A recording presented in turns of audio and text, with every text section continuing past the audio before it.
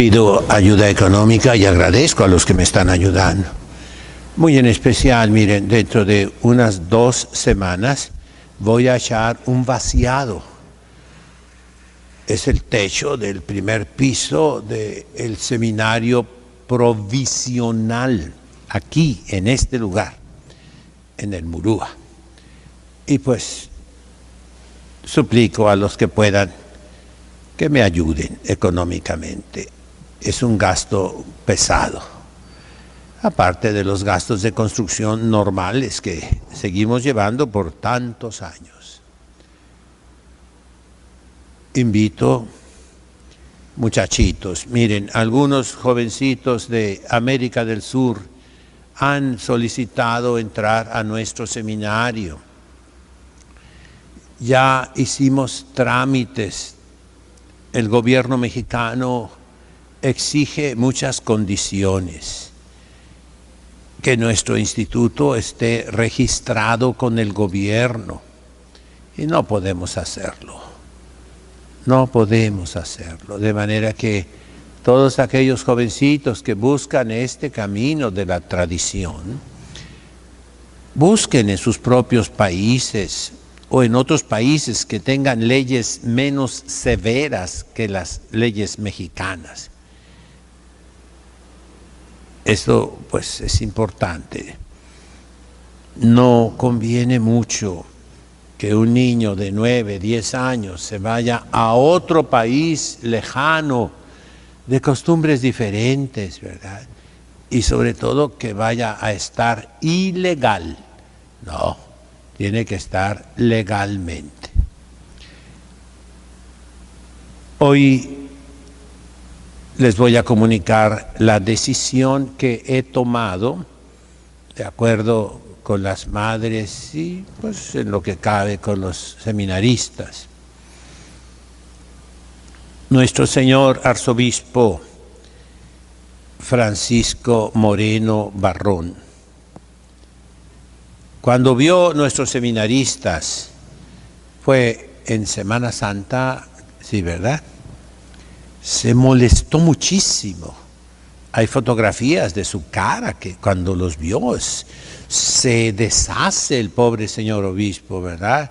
A mí me duele mucho, porque el seminario fue fundado en tiempos de su predecesor, de Monseñor Rafael Romo Muñoz, que entonces era obispo, todavía no lo hacían arzobispo, ¿eh? Me dio su palabra 3 veces, y hay testigos, pero no me dio nada por escrito. Conseguí que le escribiera una carta al arzobispo de Guadalajara de entonces, que era el cardenal Sandoval Íñiguez, amigo mío, pues amigo, de cierto modo, ¿verdad? Conocido de muchos años. Y en esa carta, ahí dice que yo fundé ese seminario. Bueno, el señor arzobispo me llamó a mí y fui acompañado de la Madre Superiora y de la Madre Vicaria en la curia diocesana. Yo andaba muy malo de mi rodilla. Y entonces permitió que entraran las 2 superioras y hablamos muy claro. Primero, él me dijo que el seminario no existe, que la rama masculina no existe. Me lo dijo de palabra, no me dio ninguna cosa escrita. Pues yo razono, ¿verdad? Y yo no sé ustedes si pueden razonar. Si el anterior arzobispo dijo que sí existe y no me dio ningún papel, como también para esta parroquia personal que admitió el señor arzobispo, me mandó al vicario general, al padre Juanito, en aquellos tiempos. Yo le dije, es una parroquia personal para las personas que quieren la misa antigua. Y él andaba diciendo, ¿de qué cuadra? Padre, eso es personal, el derecho canónico, ¿verdad? Fue mi alumno, yo lo comprendo, ¿verdad? Pero pues me da mucha tristeza. Entonces, el primer argumento que yo tengo para la decisión que tomé es que si no respeta la palabra de su antecesor, que fundó el seminario, pues también su propia palabra de él, que cancela el seminario, no tiene ningún valor. Primero. Ahí hablamos pues de la congregación, que fue fundada con la aprobación de Roma. Monseñor Emilio Carlos Verlier Belaunzarán hacía muchos viajes a Roma, ¿verdad? Y gracias a Dios me consiguió el papel. Todos esos papeles los perdieron en la curia diocesana. Así me lo dijo el padre Antonio Beltrán Coronado cuando era canciller. No hay ningún papel, ni de mi ordenación sacerdotal. Ay, híjole, ¿no? ¿Qué pasó? ¿Qué sucede en el obispado? Y entonces tuvimos pues una pequeña discusión en la que pues yo le eché en cara que debía respetar lo que la Santa Sede permitió.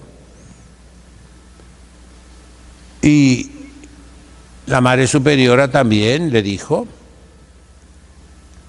y él respondió muy alterado, llorando. Yo le vi los ojos con lágrimas. Y le dijo, con usted no quiero hablar. Ay, híjole, ¿no? Pues yo también la defendí. Y entonces, así terminamos. Me exigió que le mandara todos los documentos que tenemos y las constituciones que están en experimento, que están a prueba.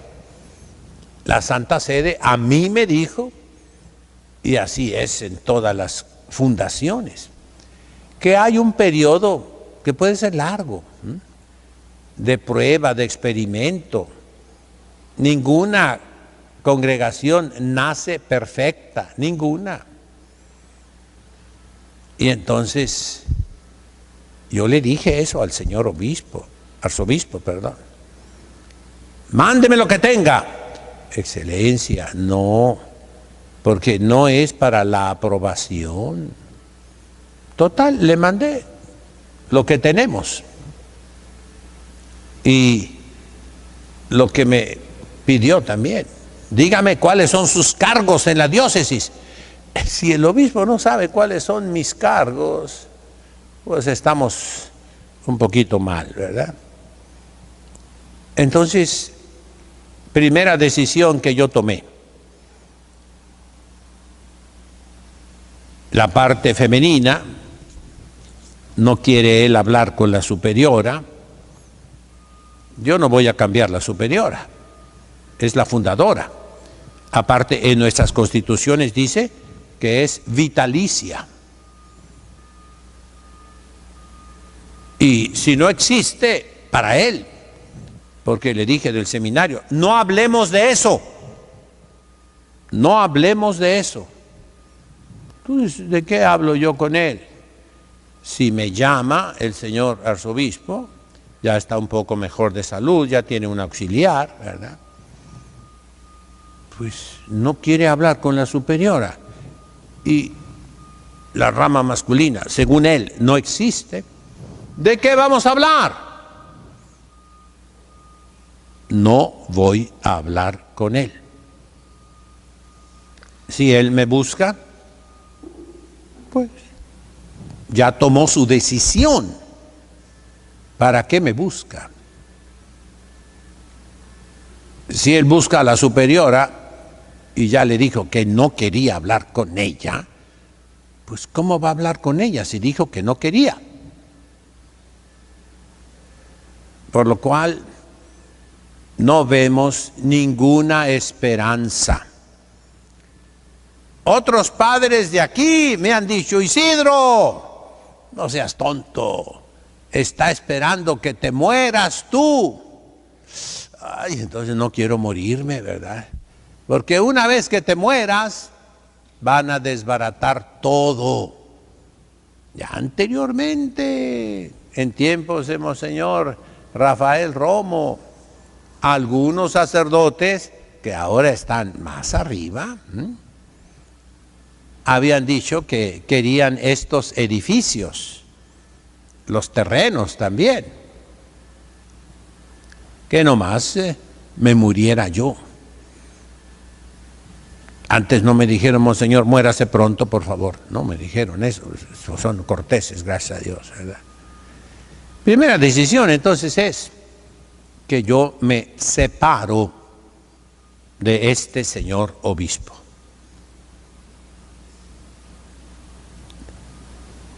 Busqué por todas partes y encontré una fraternidad sacerdotal, la más antigua en México, que se remonta a un arzobispo que yo conocí personalmente en Roma, hermano del presidente de Vietnam del Sur, Monseñor Tuc.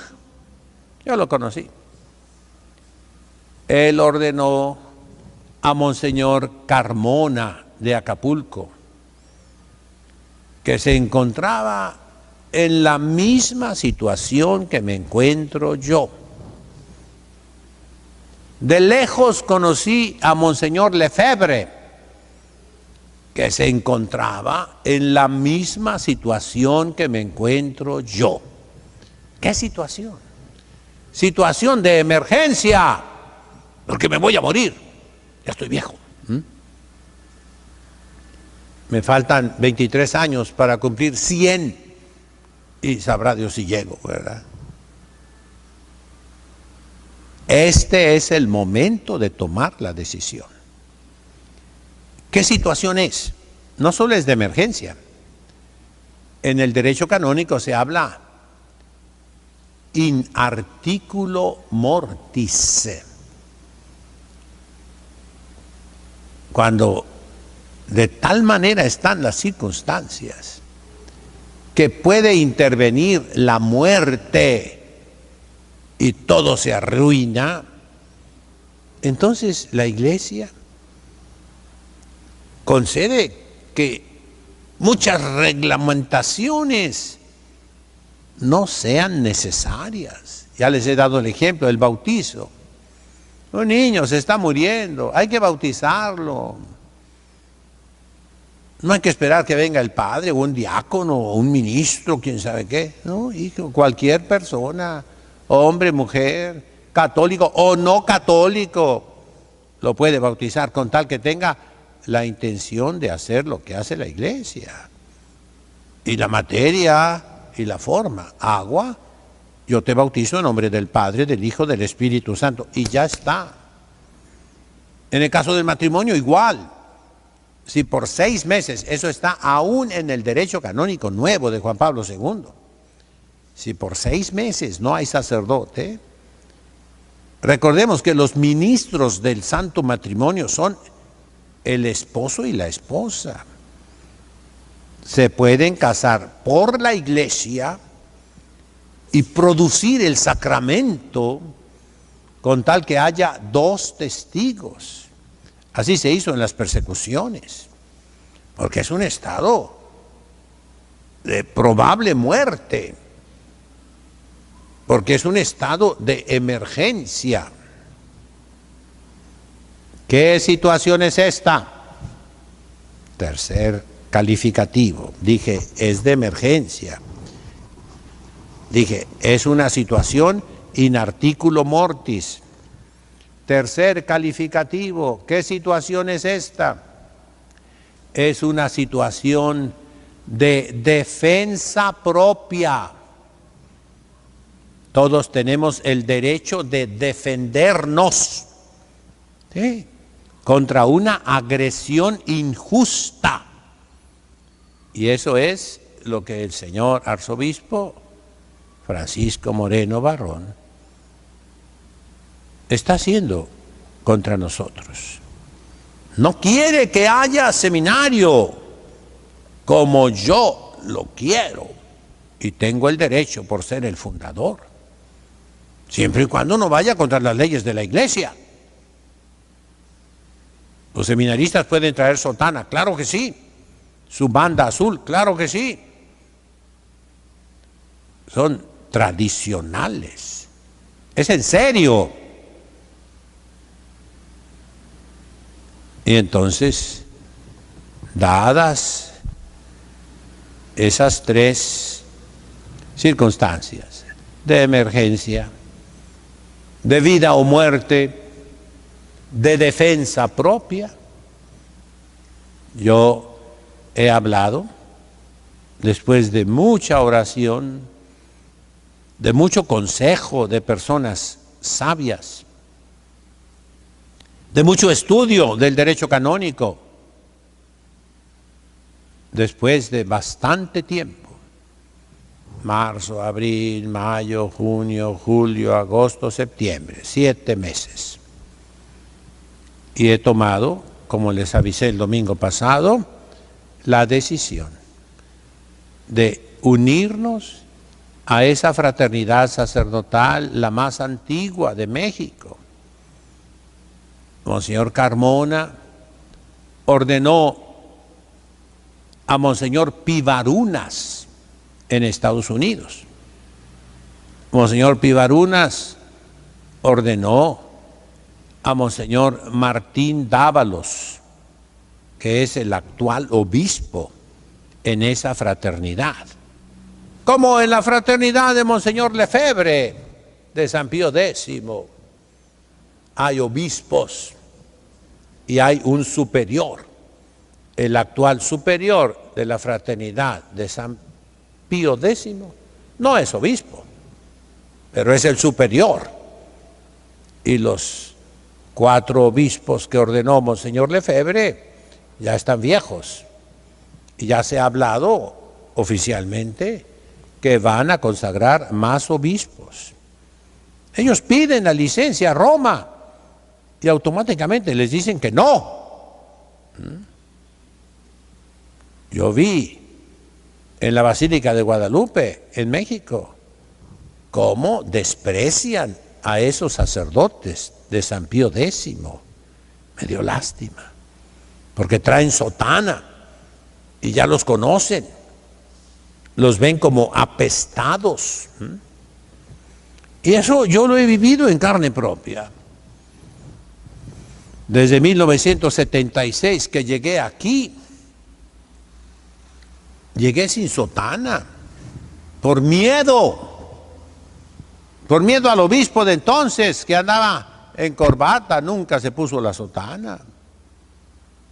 Monseñor Juan José Posadas y Ocampo, que murió mártir, yo creo que sí fue mártir, y con eso Dios le perdona todo. Pero que tronó esta diócesis, que iba bastante bien. Yo seguí sin sotana hasta un día en que me envalentoné y me puse la sotana. Se me vino el mundo encima, no por los masones, no por la policía, no por el ejército, no por el gobierno, no, por mis hermanos sacerdotes y mis superiores. Y desde entonces, mis hermanos, cuánto desprecio, cuánto aislamiento, la muerte civil, así se dice, aunque aquí es muerte eclesiástica, que siempre me han hecho a un lado en todo. Recuerdo aún el obispo Rafael Romo Muñoz, en una comida, buscaban a alguien que pudiera hablar de bioética. Y yo era el especialista que he estado traduciéndoles a los obispos norteamericanos, filipinos, canadienses, mexicanos, materias de bioética por años y años y años, ¿no? Y no, a un lado, a un lado, a un lado. Ya últimamente, para mí era un sufrimiento enorme andar yo con sotana, como deben andar todos los sacerdotes y obispos. Y yo era el perro apestado, yo era el leproso. Y mis monjitas, porque traen el hábito como deben traerlo las religiosas, con velo largo, hechas a un lado, criticadas, despreciadas. Esta semana pasada, en el aeropuerto, la Madre Superiora se encontró con una monjita de aquí, y esa monjita al verla hizo un gesto de horror, de terror, de espanto, como si hubiera visto al demonio. Usted es el demonio, Madre Superiora, ándele. Ay, Dios mío. Y en las juntas, pues para que ya no sufran, ni el señor obispo, perdonen, pues los sacerdotes de esta diócesis, yo me separo. Ya he jurado obediencia y reverencia al nuevo obispo. ¿Qué me espera? Pues no sé. Cuando se dé cuenta el señor arzobispo, yo no creo que me busque para remediar la situación, ni esperanzas, para suspenderme, que según la interpretación de las leyes eclesiásticas, ya no pueda yo celebrar la misa, no pueda confesar, no pueda traer sotana.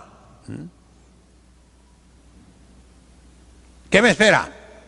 Tal vez la excomunión. Pero así como dije yo en internet hace muchos años, la excomunión que le hicieron a Monseñor Lefebvre no fue válida. Y lo dije basado en el derecho. Tanto que muchos años después, cuando ya había muerto Monseñor Lefebvre, Benedicto XVI le quitó la excomunión. Ah, ¿verdad? Pobre iglesia, mis hermanos.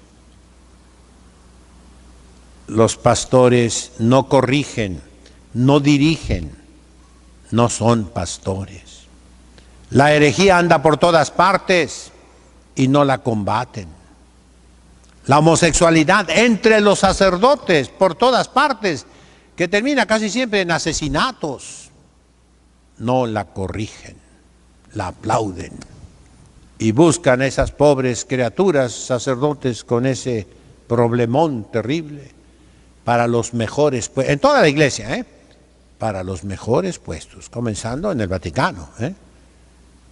Lo dijo la madre malcriada, la madre Caram, que es argentina, ¿verdad? Ella dijo, el Papa ha puesto un homosexual en un puesto grandísimo. Yo no digo el nombre, pero todos lo sabemos. ¿Qué escándalos ha dado? Y los hacen cardenales. ¿Qué me espera a mí? Pues una vida, los últimos años que me queden, y a mis religiosas y a mis seminaristas, una vida de lucha, de combate, como la que yo he llevado todos los años de mi sacerdocio. Desde el seminario, yo era el único que guardaba silencio, el único que traía sotana, el único, aún en Roma, que asistía a misa. Éramos dos. Irineo Cuyur vive todavía, está en India, y yo. Todos los demás no iban a misa. Ya les he dicho, cuando yo ya me iba a venir a Roma, éramos 14 compañeros, ninguno llegó a ser sacerdote, ¿verdad? Y para estudiar, con este codo sostenía el cuaderno, con esta mano me detenía los lentes porque me los quitaban, agarraba la pluma fuerte y con este antebrazo sostenía el libro. ¿Cómo me costó cumplir ante las burlas, ante las molestias? Pero perseveré y aquí estoy. Ahora siento que es mi deber resistir contra los que están destruyendo la iglesia, que ya la han destruido. Y entonces, a todos ustedes que me están oyendo y viendo, les comunico mi decisión. Jesucristo, después de haber hablado, capítulo 6 de San Juan, sobre la Santísima Eucaristía, que es su cuerpo, su sangre, vio que se retiraron muchos y no cambió su doctrina. Se dirigió luego a los apóstoles y les dijo: ustedes también se quieren ir, váyanse. San Pedro intervino y le dijo: ¿a dónde iremos, Señor? Tú eres el único que tienes palabras de vida eterna. Yo no me comparo con nuestro Señor, pero hay una cierta analogía. Los que no estén de acuerdo, no los quiero ver aquí. Váyanse. Sobran sacerdotes que les van a dar por su lado. Para mí comienza un calvario durísimo. Para mis religiosas también. Para mis seminaristas también. Pero voy a continuar por el camino tradicional de la Iglesia. Y esa sociedad sacerdotal Trento tomó de Monseñor Carmona el espíritu, del padre Joaquín Sáenz Arriaga, de la señorita Gloria Riestra, que vive todavía, tiene 98 años. De esos católicos que se opusieron a Pablo VI en todo ese desastre litúrgico y dogmático. De manera que no soy sedevacantista, no. Ni la Sociedad Sacerdotal Trento es sedevacantista, no. Simplemente aplicamos la doctrina de la Iglesia bien estudiada. Ya les hablé del cardenal Cayetano, de San Roberto Belarmino, de los grandes teólogos, del derecho canónico, que dice: un pastor que se vuelve hereje, cismático, apóstata, pierde su cargo, su oficio eclesiástico, lo pierde y se vuelve un impostor, un usurpador, o en un término que lastima menos, es un pastor aparente, putativo, decimos, como San José. Todo el mundo creía que él era el papá de Cristo, ¿sí o no? Pero no lo era. Esto nos obliga a ser más santos. ¿Oyeron, religiosas? ¿Oyeron, seminaristas que me están escuchando allá en la sierra? Más oración, más sacrificio, más disciplina, más rapidez, más estudio profundo.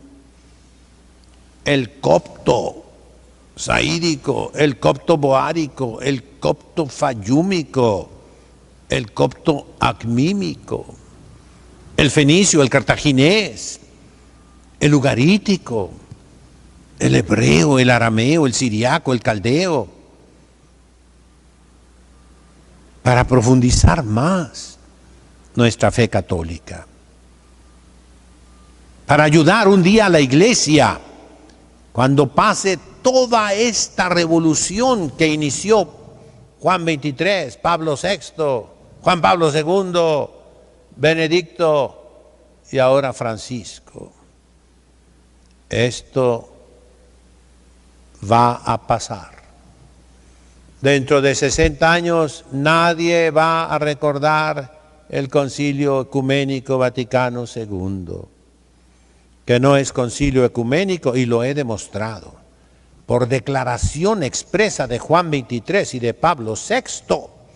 No es magisterio extraordinario, es magisterio ordinario. No es concilio dogmático, no define dogmas. La colegialidad es un término no jurídico por el mandato de Pablo VI. Es un término metafórico, analógico, como quieran llamarle, pero no es un término jurídico. No vale. Entonces, mis hermanos, a todos los que me han querido, a mí y a mis monjitas y a mis seminaristas, ¿qué les pido? Que nos apoyen, que vean la responsabilidad tan grande que tienen ustedes de cruzarse de brazos ante los malos pastores que destruyen la Iglesia. El que mi obispo no quiera a mis religiosas tradicionales es destruir la Iglesia. El que mi obispo no quiera que haya un seminario tradicional para formar sacerdotes como yo, no solo tradicionales como yo, a veces con amabilidad o a veces no tanto. Le sugerí a la fraternidad de San Pedro, que está aquí en San Diego, a la fraternidad de San Pío X, que estudien más. Así nosotros estamos obligados a hacer de estudio profundo, serio, para salvar la Iglesia. Pidan por mí. Y si no están de acuerdo conmigo, aléjense. En nombre del Padre, del Hijo, del Espíritu Santo. Amén.